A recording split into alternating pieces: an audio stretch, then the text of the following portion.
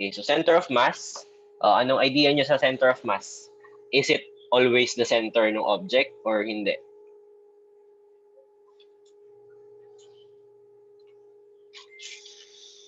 Sige, opinion muna tayo. Yung center of mass ba laging gitna or hindi?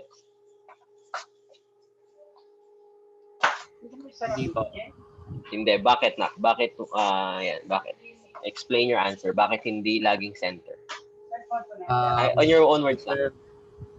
Yung center of mass po, pwedeng kung saan sa point ng object siya mababalance. Like, Okay, very good. Ayun lang naman yun. So yung center of mass natin is a point, thinking up, it is a point on the object where there is a state of equilibrium. Okay? Ulitin ko lang, state of equilibrium. So for example, I have this stylus pen. Yung center of mass niya hindi sa gitna mismo ng pen. Dahil mas mabigat yung mass niya sa tip, lalapit ka dun sa tip para mabalanse mo yung object. So yung center of mass is not always on the center. So define natin siya. Center of mass is said to be the point where the entire mass of an object can be thought to be concentrated. Okay? So, sinabi nga ng kaklase niyo kanina, it is not always on the center. So, for example, bigyan tayo ng mga examples. Ito nasa modules na rin. Kung gusto nyo sundan, you can open your modules. I have here a steel ball. Yung sa shot put, so steel ball. Yung center of mass niya is on the dead center. So, that is the first example. Nasa center mismo ng object. Ibig sabihin, may mass doon sa center of mass niya. Next, I have a broom. Kunin natin example dyan sa book niya. Ayan, I have a broom. So, mas mabigat yung nasa ilalim niya, tama?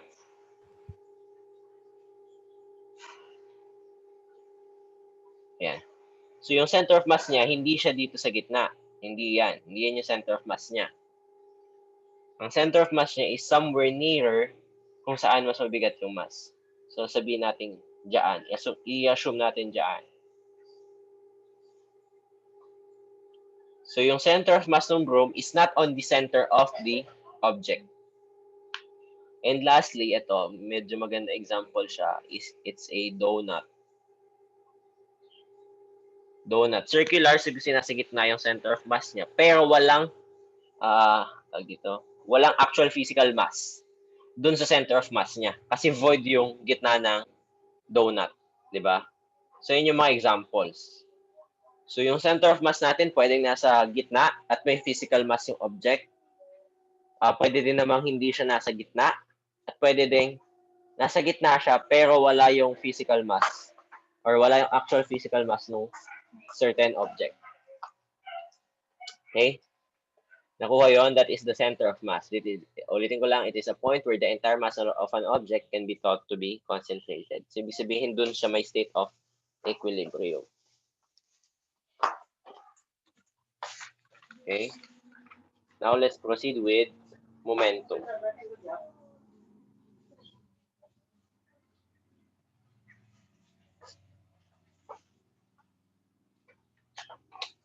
Ito siya, Jack. Dalawa. So, momentum, ito. Let me ask you. Anong mas mataas na momentum? A car? So, example, so, i-drawing ko na. So, a car.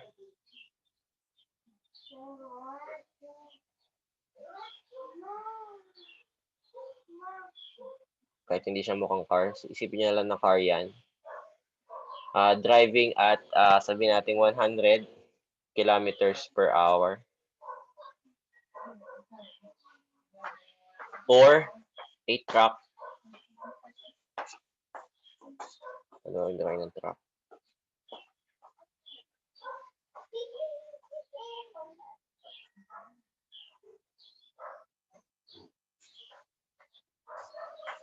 Yan, mukha na siyang truck.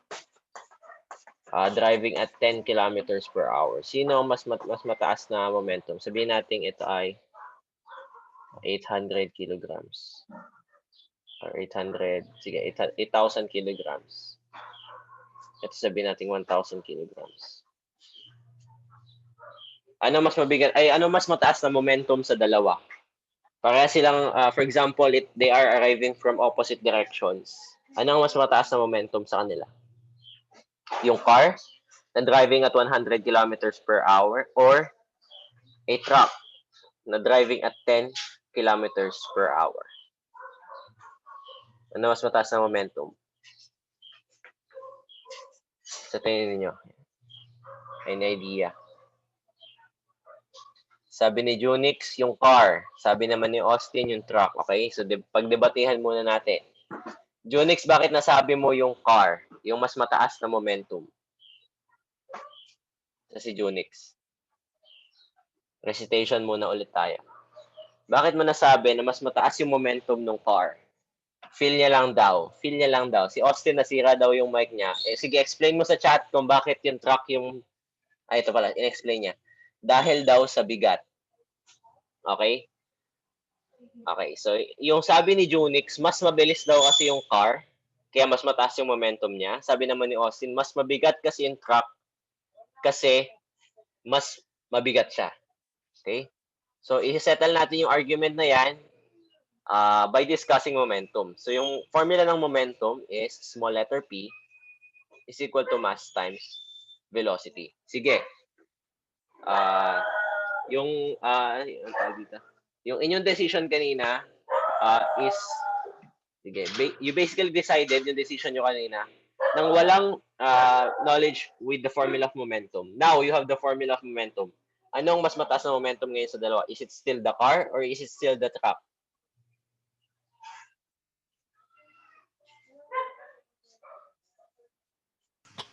Car. Sabi ni Justin, yung car. Si Austin, yung truck pa rin ba yung mas mataas yung momentum o yung car na? Now, knowing na ito yung formula ng momentum, P is equal to mv.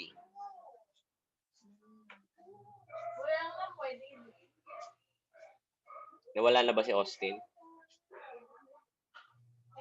Sige, bayanin natin siya. So, mas mataas na momentum dito yung hindi daw niya sure. Mas mataas na momentum dito yung car. Bakit? Kung i-compute natin siya using the formula for momentum, P is equal to mv where m is mass. So, yung mass natin is 1,000 kilograms times velocity of the object. So, yung momentum dito ng car, so P sub car, isusulat na natin. P sub car is equal to 1,000 kilograms times 100 kilometers per hour. Ano lalabas ng ano? Lalabas na sagot dyan is 100,000. Tama, 100,000 kilometer per hour. Dapat pala.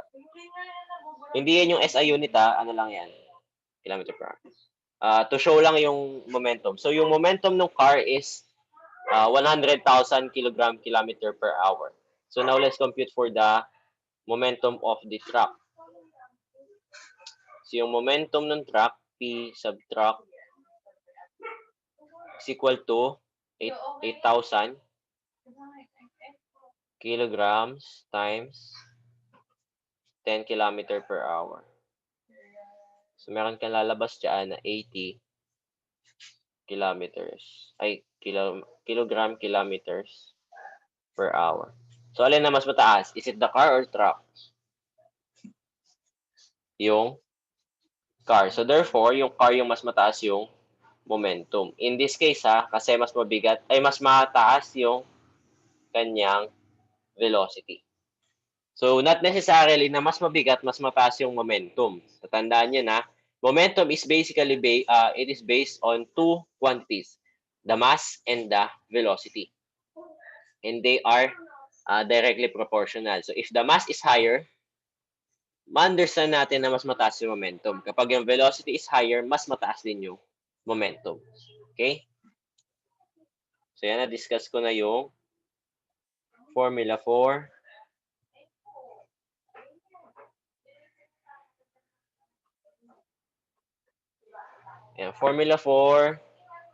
momentum. So ulitin ko lang, momentum is equal to mass times velocity. Ito siya, yan. Take note niyo muna.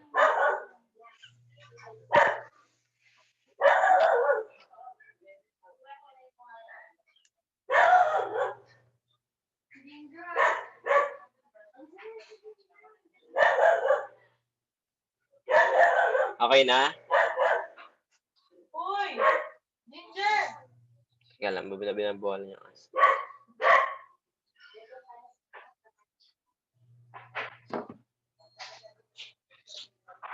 Now, wait lang, ayan.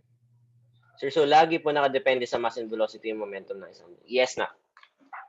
Nakadepende yun kasi hindi lang sa isang quantity, dalawang quantities yan. You will look at two quantities. You will look for mass and velocity. So yan, binigay ko example yung car and yung truck. Not necessarily na pag laging mas mabigat siya, laging mas mataas yung momentum, you will take into consideration din yung bilis ng object. Okay? So laging two considerations ka, both mass and velocity. Hindi lang pwedeng isa lang bago ka mag-arrive at a certain decision. Lagi siyang two parts, mass and velocity. Okay, nakuha yon.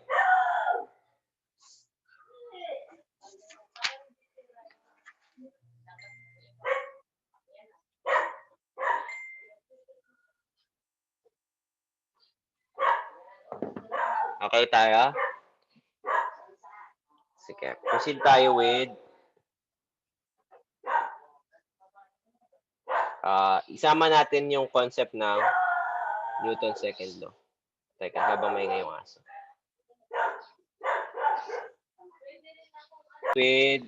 Isama natin yung Newton's second law. Ano ba yung Newton's second law ulit?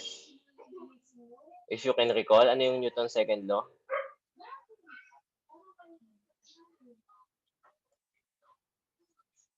Anybody who can recall what is the Newton's second law of motion? Sige. Sa tatlong laws na yon, nakalimutan nyo. Yung tatlong laws na yon, yung dalawa is verbal, yung isa ay mathematical, di ba? MA yung second. Ayun nga. MA.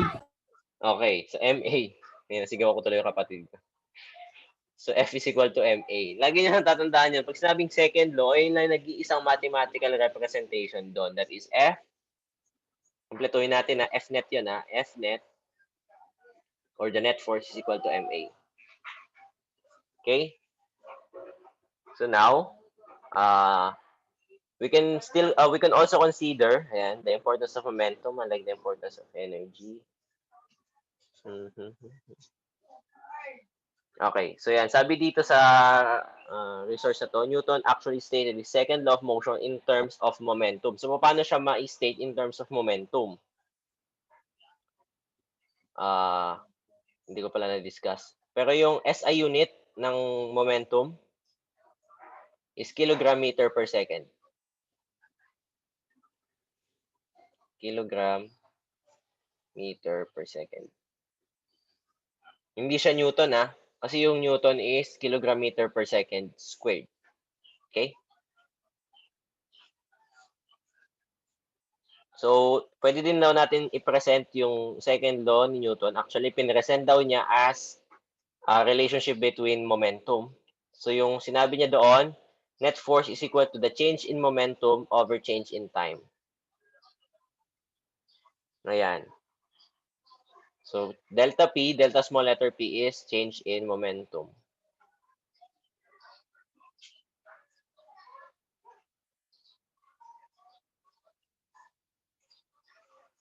Ito naman ay change in time.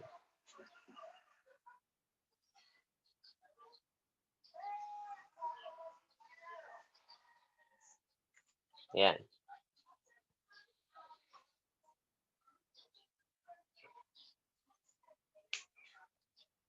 Okay?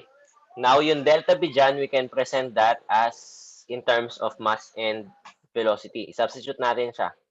So, delta P is change in momentum, di ba? So, ibig sabihin that is change in both mass and velocity. Substitute ko lang yung MV. from the momentum formula.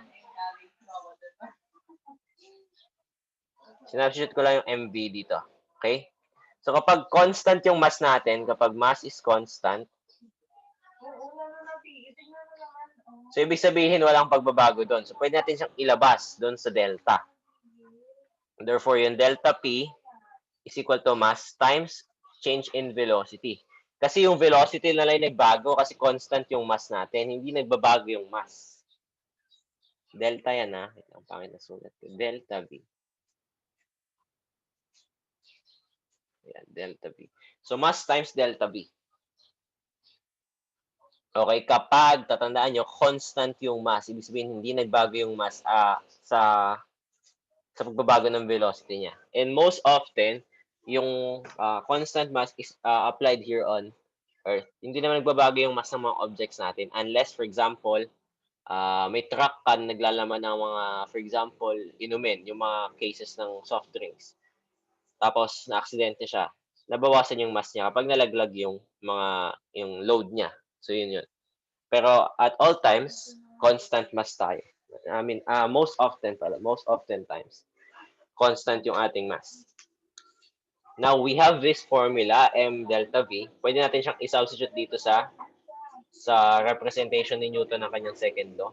So, therefore, we will have net force is equal to M delta V over change in time. Okay?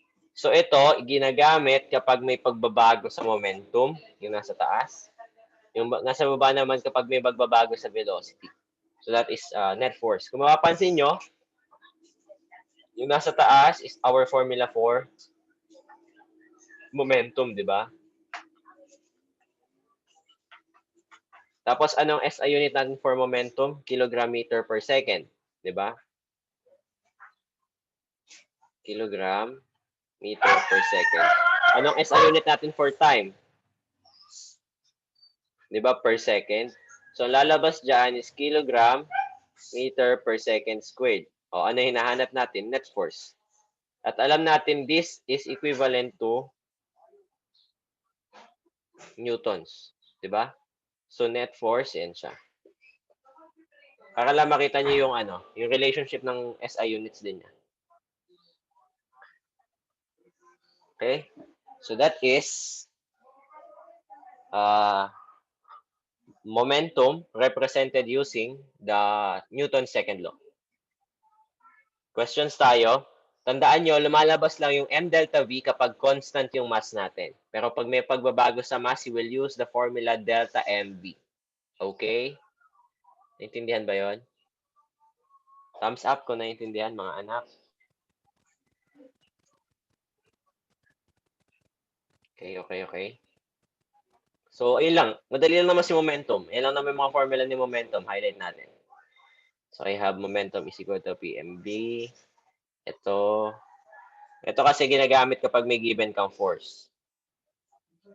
Yan. Ito pa. Yan. So, 4. Yan lang naman siya. Tapos tatandaan nyo lang yung SI unit for momentum is kilogram meter per second lang. Wala siyang squared. Okay?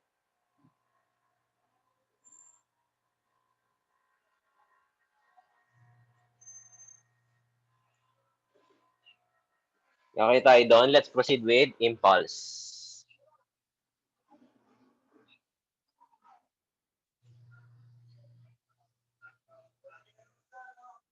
Okay, iwanan ko to ha. Yung kulay blue na yan.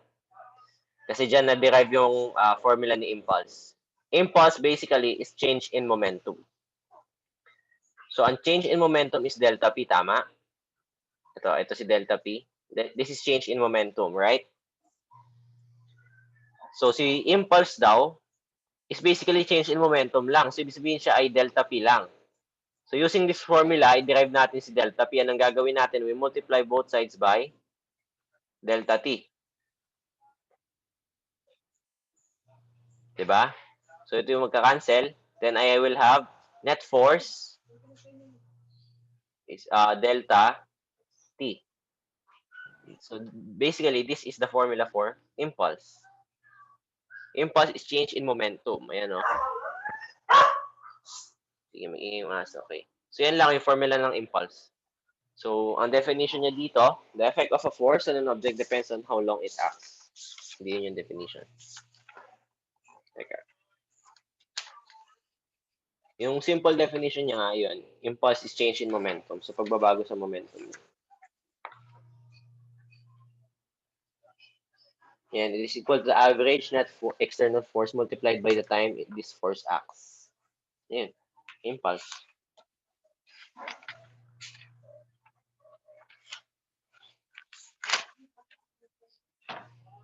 Okay? Ayun lang si impulse. Ayun lang siya. Ganun lang siya kaiksi. Diniscuss lang yung formula niya. Now, let's have law of conservation of momentum.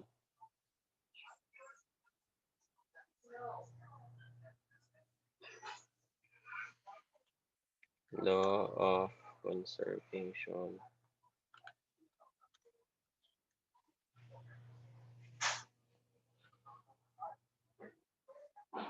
Okay, so sinasabi daw dito na laging hindi nako-conserve si momentum. Yan, momentum is an important quantity because it is conserved. Okay? So yung example na dito, kung i-open yung mga modules sa page 159, makikita niyo yung example dyan, yung car na nag-collide, yung nagbanggaan. Sige, drawing natin.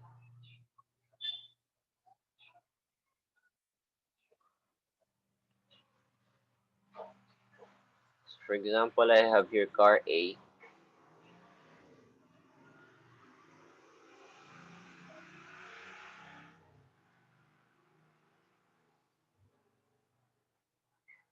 So meron siyang mass na sarili niya. So sabihin natin M1. M sub 1. Mass niya. This is sabihin natin car 1. Tapos it also runs at a certain velocity na sabihin na lang natin V1. Tapos mag-impact daw siya dun sa second car. So sinasabi lang ng law of conservation of momentum, mako-conserve yung momentum na yon. So ibig sabihin, mapupush forward din yung second car. So yun yung nakikita natin that is best showcased kapag may na-aksidente. Parang mali yung pagkakasabi ko na yun. Makikita natin yung law of conservation of momentum doon sa mga accidents. Kasi di ba kapag, for example, may car na bumangga sa likod, di ba the car na nabangga will still keep on moving at a certain distance. Sige, illustrate natin siya para mas madali nyo maintindihan. So sabihin natin this is car 2. So meron din siyang mass 2 and it also moves at a certain velocity. Sabihin natin v sub 2. So now kapag this is before before. Hindi ko siya may illustrate pala na maayos. So this is before. Sabihin natin gumagalaw siya. Okay? So kapag nagkaroon sila ng contact or nagkaroon sila ng collision, si car 1 will still move, di ba? Ganito. Yan. So ito, i-illustrate natin yung kanilang mga momentums kasi law of conservation of momentum i-illustrate natin. So momentum is mass times velocity, tama? So yung P sub 1 is equivalent to mass times mass sub 1 times velocity sub 1. And yung P sub 2 is equivalent to mass sub 2 times velocity sub 2. So yung total momentum nilang dalawa is denoted as P sub total. Huwag na natin ilagay na P sub tot. Kasi medyo awkward yung P sub tot. Okay? So yung P total niya will be the sum of all momentums. So ito will be P sub 1 plus P sub 2. Kasi sum of all momentums nung nasa systems of interest natin. So yung P sub total niya will be P sub 1 plus P sub 2. Now, next naman, kapag after na siya, after. So yung car 1, nag-iba na yung itsura niya, essentially. Still, driving Pero, i-denote natin yung velocity niya after collision as v sub 1 prime. Naka-prime na siya. Pero yung mass niya is still the same. Kasi wala namang nagbago sa mass. So, constant mass tayo dun sa case na yan. So, nagkaroon siya ng collision with the second car na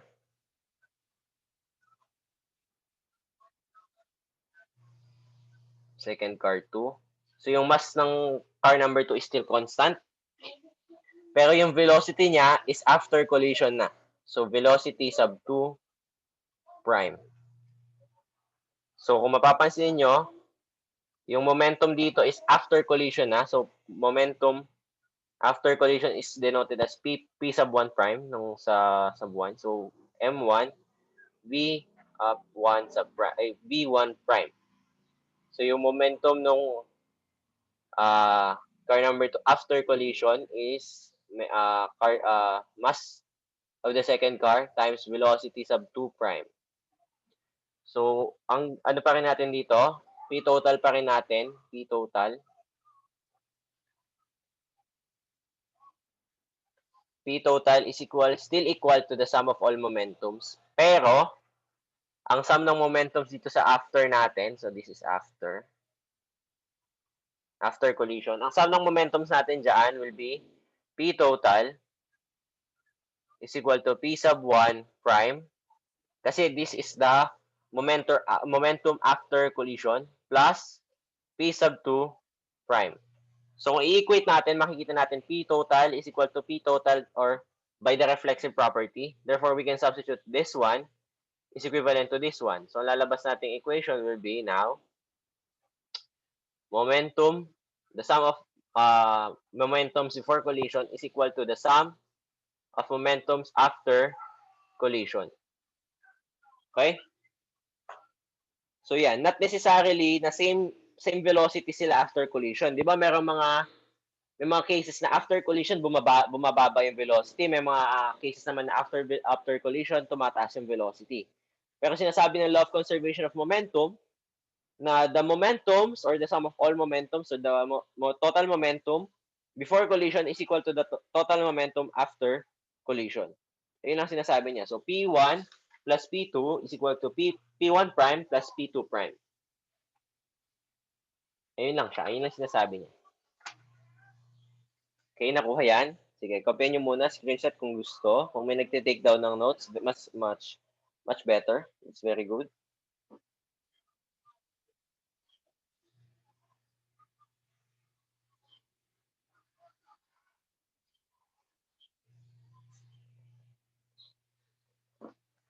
Okay? That is one way of proving yung law of conservation of momentum. Gusto niyo ba ipakita ko din yung yung second way using the Newton's second law? Thumbs up pag gusto niyo ipakita or mag-move na tayo sa isolated system. Sige, thumbs up daw. Okay, bukayin ko na to ha. Naka-record naman tayo.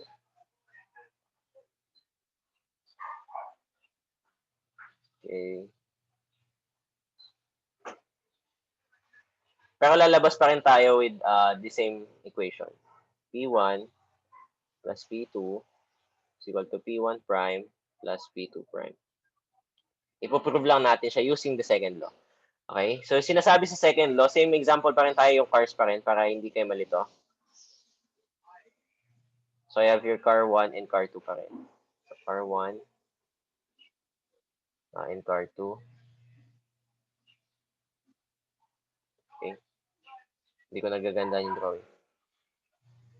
Okay. So, balikan natin ano ba yung Newton's second law. Or yung lang, sige, yung formula for impulse na lang. So, formula for impulse is change in momentum ng first car is equal to F net. Or sabihin natin force 1. Force ng car 1 times delta T. Yung force naman ng car 2 is delta P 2 is equal to F2 delta T. Okay?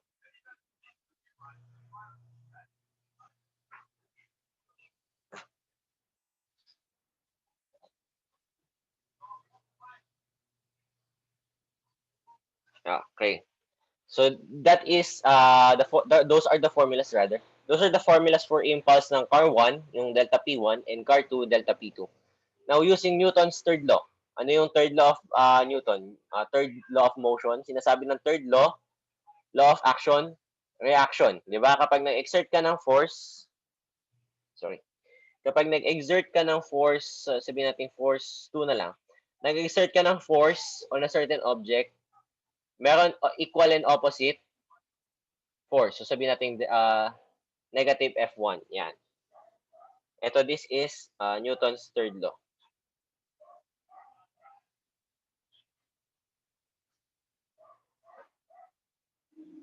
So, sinasabi ng Newton's third law, that law of action and reaction, if a force is exerted on an object, the object will exert an equal and opposite force. So, using this, masasabi natin na yung F2 is equal to negative F1, tama? So, we substitute it here. So, delta P2 is equal to, ano yung equivalent ni F2? Negative F1 delta T. So, masasabi natin na negative delta P2 is equal to positive F1 delta T. At makikita nyo dito, ito ay equivalent here. Diba? So we can substitute delta P sub 1 is equal to negative delta P sub 2.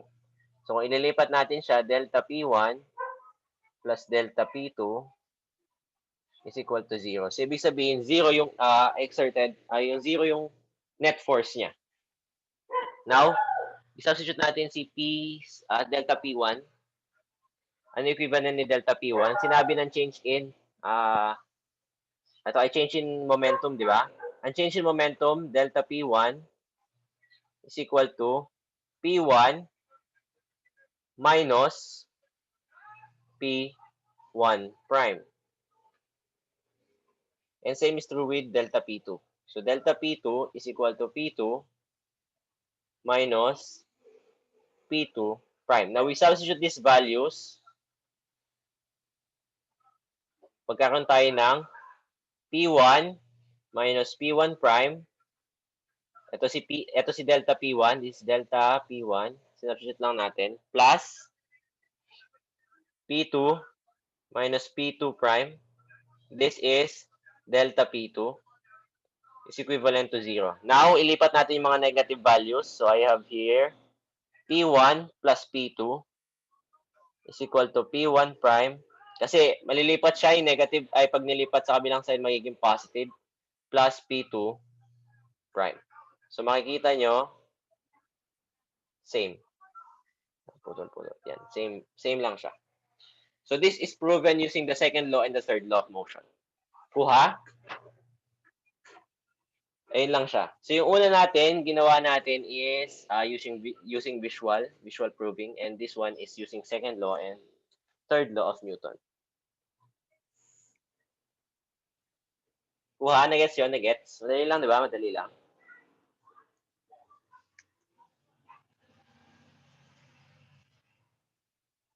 Okay. So, discuss lang natin yung isa pang term. We have another term called isolated system. Okay na to. Pwede ko na i-clear. Pwede ko na i-delete. Okay, print screen na. 1, 2, 3. May nag-chat. More on reaction in third law. Yung sinasabi ng third law natin is law of action-reaction. Ito lang yun. Kapag na-exert tayo ng force o towards an object, sabihin natin F2, the object will exert the same force in magnitude pero opposite in direction. So the same magnitude, sabihin natin F1 yon, but opposite in direction kaya negative. So that is law of action reaction. Kuha?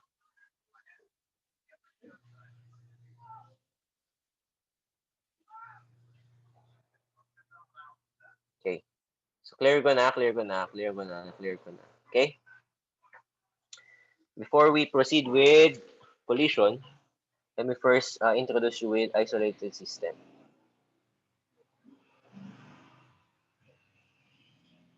So sinasabi lang na isolated system, ang kanyang net force is 0. Tulad ng binigay ko kanina, that is an isolated system. Okay? So kapag ang net force natin ay 0, ang ating change in total momentum is also 0. So, ibig sabihin, pag change in total momentum is 0, yung ating total momentum is constant. Yan lang siya, isolated system. An isolated system is defined to be one for which the external force or net external force is 0. So, ayan siya. That is isolated system. Now, we can proceed with collision. So, sa collision, meron tayong elastic and inelastic collision. So, anong pinagkaiba ng dalawa? So, yung elastic collision, meron siyang movement after.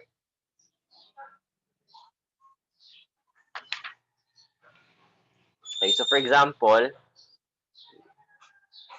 I have here two objects. Let's label them using their masses, M1 and M2. So for example, they are moving towards each other. Yan. Or sabihin na lang natin, they are moving along same direction na lang. Okay? Sa elastic collision,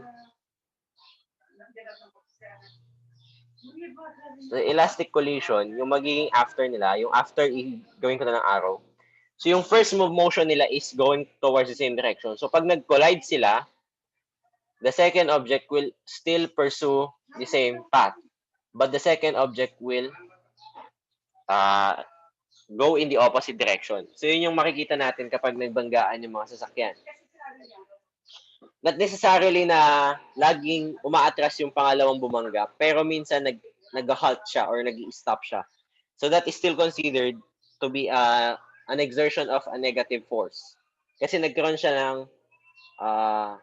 nag-stop siya eh. 'Di ba sabi sa law of inertia, an object will stay in motion unless acted upon by an opposite or an external force. So it's either mag-go back siya or mag-stop siya. That is elastic collision. On elastic collision is one that conserves internal kinetic energy. Conserves. At mukhang R yung dito. Conserves internal kinetic energy. So, ibig sabihin ng internal kinetic energy, it is the sum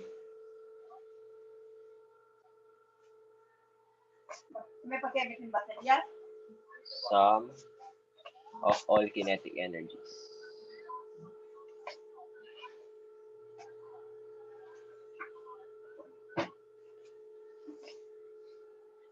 Okay? So, yung kinetic energy, ano yung formula natin ulit? Formula for KE? 1/2 mv squared. So, ibig sabihin may motion na tayo kasi collision may mga velocities na yan. Okay? So, ito yung tatandaan yung formula for elastic. So, elastic collision.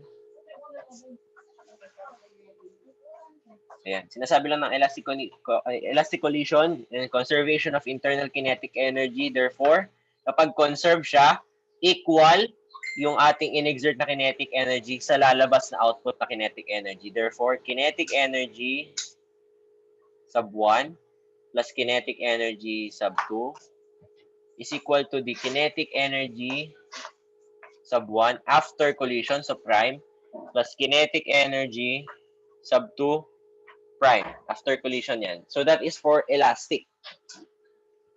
Okay? So yung sum ng kinetic energies before collision is equal to the sum of all kinetic energies after collision. Ayun lang sinasabi niya. Momentum and internal kinetic energy are conserved. So tatandaan nyo kapag sinabi sa physics conserved, yung input is equivalent to the output. Kung ano yung pinasok mong force, siyang lalabas na force. Kung ano yung pinasok na kinetic energy, siyang lalabas na kinetic energy. Kung ano yung pinasok na momentum, siyang lalabas na momentum. Kung ano yung pinasok na energy, siyang lalabas na energy. Ayun lang sinasabi kapag conserve. Okay? Maliwanag tayo na i-define natin mabuti si conserve. Conserve. Pag sinabi ng conserve, equal yung input sa output. Ganun lang. Papadaliin lang natin yung mga buhay natin. Now, what is inelastic collision naman on the other hand? Inelastic collision, two objects that have equal masses head toward one another at equal speeds and then stick together. Okay? So, bigay tayo ng example. So, for example, I have two. This is before collision, ha? Before collision.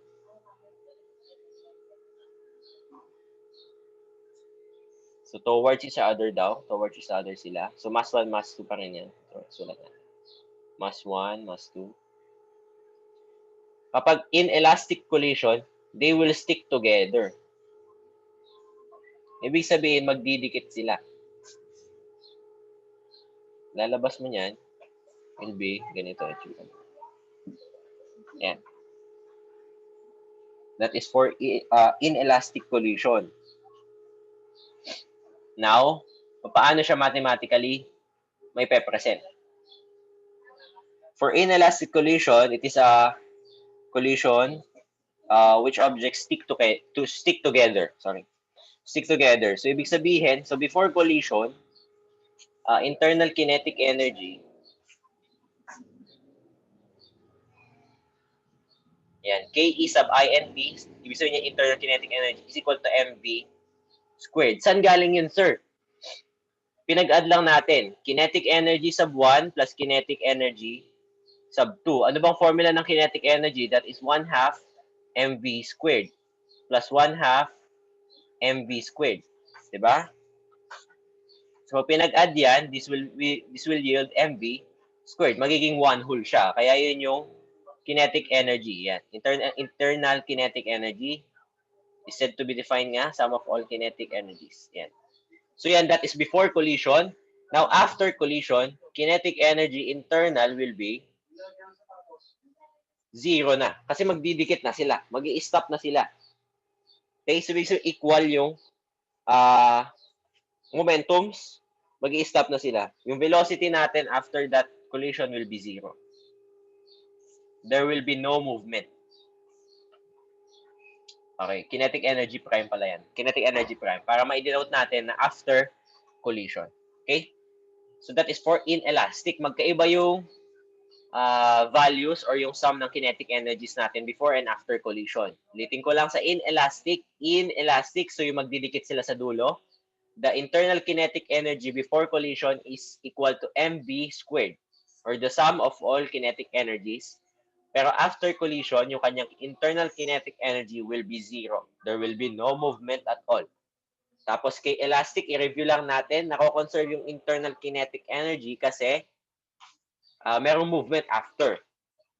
So for elastic collision, the formula is the sum of all kinetic energies before collision is equivalent to the sum of all kinetic energy after collision. Okay, so that is elastic and inelastic collisions. Okay, so yun na pala yung last topic natin. Review lang natin. Sige, patayin ko na to ha. Nakopya na ba to? Screenshot na bago ko patay yung screen share ko. Okay na? Okay. Review natin. Ano yung mga na-discuss natin topics for today? So module number 5, na-discuss natin si work, network, work energy relation, kinetic energy, potential energy, power, energy consumption, conservative and non-conservative forces. Okay? Now, for module number 6, which is center of mass, momentum, impulse, and collisions, na-discuss natin si center of mass. Ano ulit center of mass? It is the point which the entire mass of the object can be thought to be concentrated. So, ibig sabihin, there is a state of equilibrium at that certain point in the object. Now, for momentum, momentum is, anong definition natin ng momentum? It is the quantity of motion. It is equivalent to mv. So P is equal to mv, mass times velocity. Its SI unit is kilogram meters per second. Walang squared. Now, for impulse, is the change in momentum. So, ibig sabihin, there is initial momentum and final momentum. Its formula is delta P is equal to net force times change in time. Ulitin ko, si impulse is change in momentum. Okay, now, the law of conservation of momentum, sinasabi lang na momentum is conserved. Ano ulit pag sinabi natin conserve, meaning sa physics, the input is equivalent to the output. Therefore, yung input na forces or input energy is equal to output energy. Yun lang. And isolated system, the net force is zero. Isolated, net force is zero. For collision, ito elastic and inelastic. For elastic collision, it is the one that conserves internal kinetic energy. For inelastic collision, the internal kinetic energy after collision is zero. Ayun lang siya. So elastic, may movement after. Inelastic, nagdikit. Questions tayo about our topics for today. Medyo sabog.